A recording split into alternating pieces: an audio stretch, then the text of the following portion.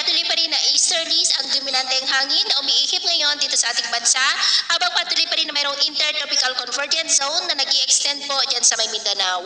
Ang hanging habagat ay nasa kanlurang baybayin po ng ating bansa sa labas ng ating area of responsibility.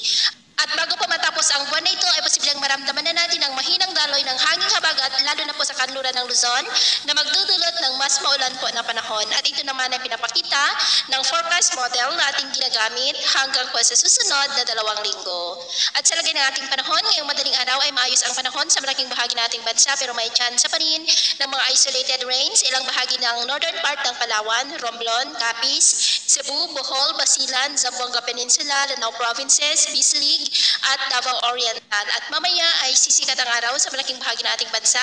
Mainit at malinsangan muli ang panahon pero may chance pa rin ng cloudy skies with isolated rains. Lalo na po dyan sa may Basilan, Zamboanga Peninsula, Bislig, Davao Oriental, Bohol, Cebu at northern part ng Palawan. At mamayang hapon, mas maraming lugar ulit ang makakaranas ng cloudy skies with isolated rains, lalo na sa malaking bahagi ng Mindanao, Palawan, southern part ng Negros, Bohol at ilang bahagi ng Ilocos region. Kaya kung lalabas tayo sa ating mga tahanan, ugali lamang po natin lagi ang magdala ng kahit anong panangga natin sa init ng araw at proteksyon na rin po sa mga biglaang buhos ng ulan.